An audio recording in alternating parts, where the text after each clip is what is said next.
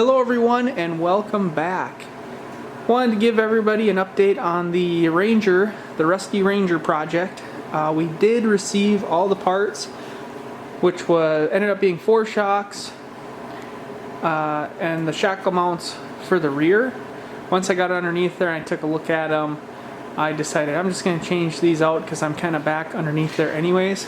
So that is taken care of. Let me show you what the old ones look like. This one here is a rear, and you can tell it's just kind of rotten pretty bad. There wasn't much life left in it. And here is the front, same idea, just rotten. And if I had to guess, I would say these are probably original, just because they look like they've seen quite a bit of use. So we got those all changed out, which is good. Now it rides a lot better, especially when you hit bumps. It doesn't feel as, I don't know, it felt like loose or something. Like you'd hit a bump and it would kind of walk. And that's how I knew, like, these shocks have to be bad. And then I took one look at them and I was like, yeah. So we got all those taken care of now, which is awesome. So my initial plan was to take everyone with me ice fishing tomorrow, and I was actually planning on doing an overnight camp on the ice, and we will get to that. But last night I was moving stuff around. I had the truck and trailer in the front driveway, and they were pretty much in line. Like, I had just unhooked the trailer, drove the truck out, backed back up to it, and I thought, well, rather than hook that up, it's such a pain, I'm just going to push it through, up the driveway, through the garage, and out back. And that was a terrible decision because my foot slipped, and it didn't slip very much, maybe 4 inches. Well, when that happens, well, that happened, and I have a disc in my back that likes to slip. So, slipped a disc and laid me up last night, and today got up and moved around. Loaded up on ibuprofen and Tylenol like I always do with it now, and got on with my day. But I've had this back pain for probably around 10 years, and as time goes on, it seems like it keeps slipping more and more and more and more. So I'll have to head to the doctor here, but from what I can tell, what I can research, there's different ways. I mean, they might have me do some yoga. They already did the whole chiropractic thing. That didn't help. But possibly have to get some surgery, because when it slips, it hits my sciatic nerve, and that used to just run down my leg into my knee. Now it runs down my leg, through my knee, and into my foot. So I believe as time has went on here, it's gotten worse. And I still want to go fishing, but I'm just not willing to pop a hole through the ice with that auger and have to catch the weight of it, with my back already being the way it is. It just, I would do it normally, but I'm not trying to strain any more than I really have to. So rather than that, I thought we'll continue on here with the truck. As you guys know, we just did a bunch of work to it. Now, I didn't record doing any of that work because I did it during the week and it had to get done because I needed to use this thing. So we just pounded it out real fast and we were back on the road. But I will do this radio with you guys. I had one of these in my Focus wagon. It's a Jensen brand. I really like that last name because, well, it's my last name. But this is what they look like without the CD player.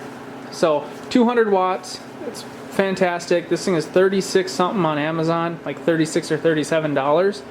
And I had it before. It's awesome. The Bluetooth connects right away. I didn't have any problems with that ever. And I really like to listen to documentaries and music, and obviously the truck doesn't have that, so it just low cost investment for me to put this in here. So this is the, if you're gonna look it up.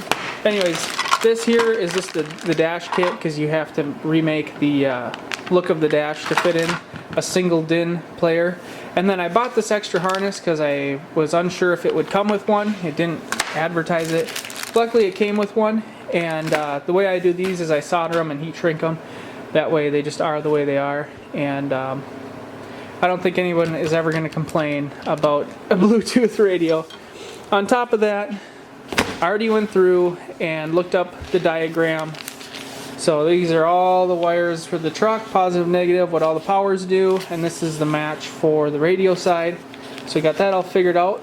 Just takes a few minutes. And we are ready to go. So the first thing we have to do is remove the old radio.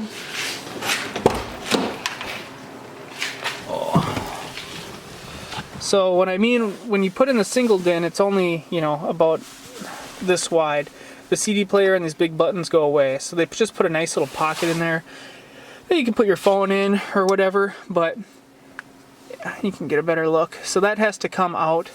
And if I'm just going to take a guess here, we're just going to probably pop this little plastic piece off. Yep, and the whole radio is going to come off with it. Probably have to pull this little four-wheel drive knob off as well. There we go. And then this comes off. Yeah, okay. Just give me a minute here to crank this off. I think I need two hands.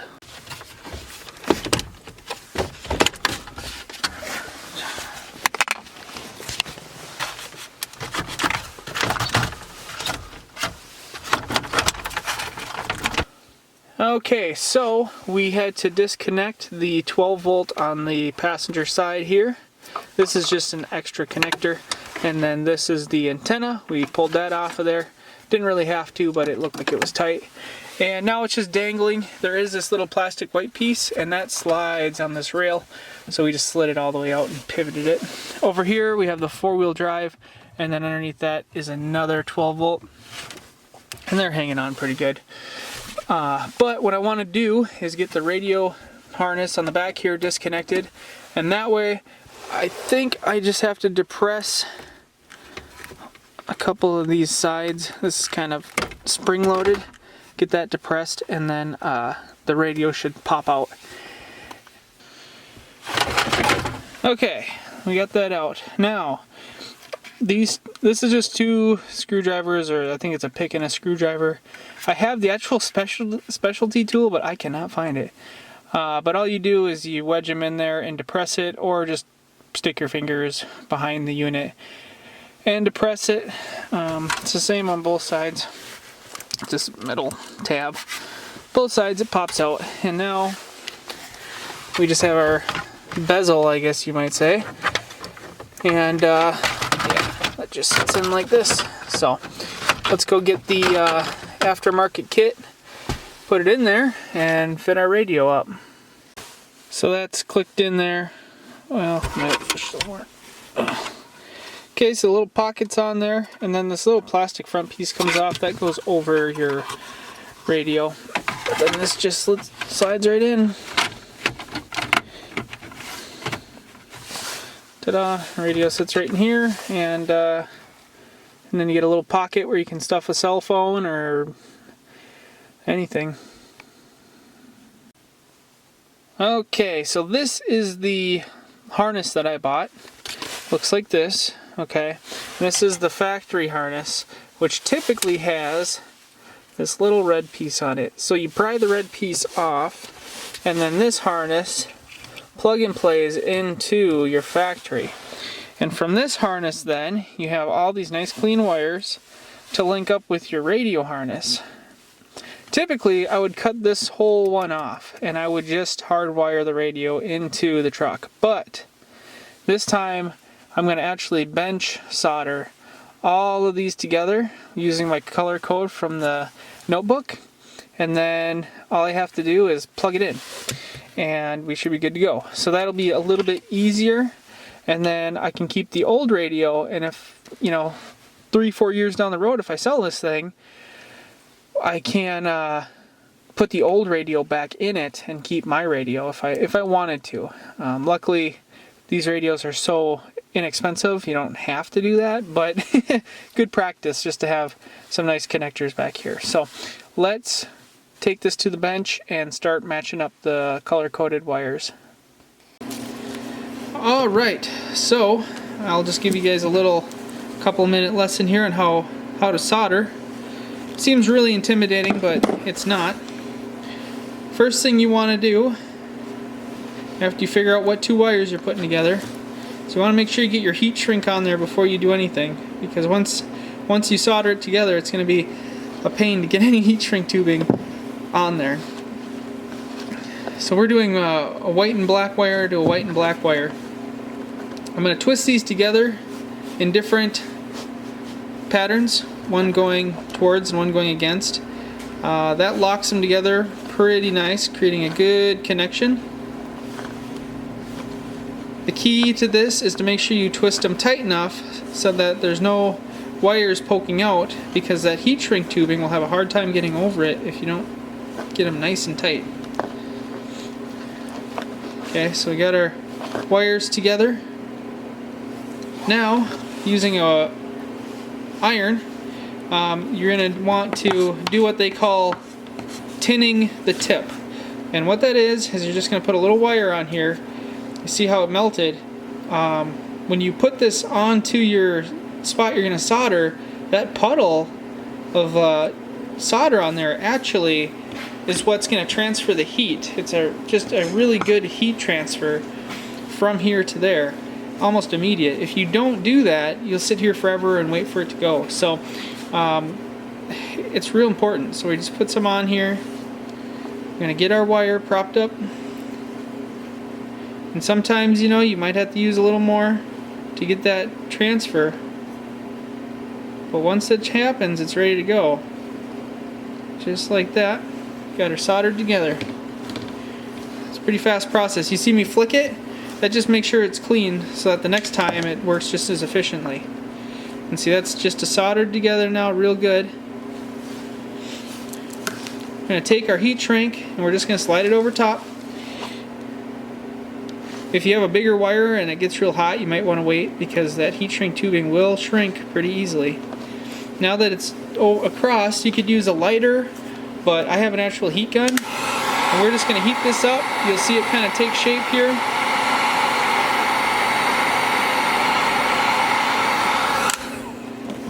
And that is as simple as it can be. So that's soldered. You can see I got quite a few joints here, but that's really as simple as it gets. It's nice and clean. And then, you know, the wires can't arc out on each other and create problems. Like if you use wire nuts and stuff, they'll jiggle loose. This works a lot better. So definitely the way to do it is just to solder it, give it that professional look, and to get into it. These are really cheap, these little soldering irons.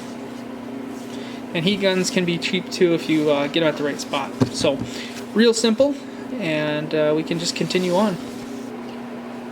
Okay, we have our harness complete. So, the only wires that aren't needed. The two orange wires, that is for illumination. So, when you turn on your lights, sometimes radios dim or brighten. This radio doesn't have that feature. So they're just heat shrinked off there. And this blue one, that is for if you have an aftermarket amp. It's the remote for it, so it'll tell it to turn on, turn off. And then this black one is the black with the white stripe, is if you have a specialty stereo system in your vehicle or whatever and it needs a ground, that's what that's for. But this should plug and play now. So let's go plug it in and see if that radio pops off. Okay, so we have factory to factory, the back of this thing, and I plugged in the antenna. And now, if I turn the key back, oh, nice. Let's see if I can find something here to jam to.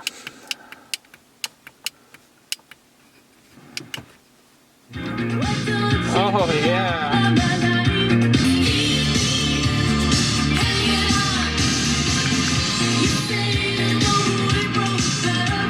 Perfect. Okay. There's that piece on there.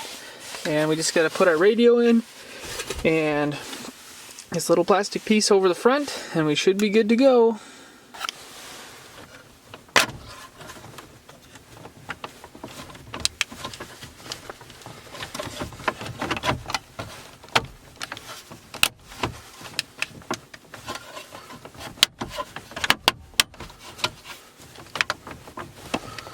There we go.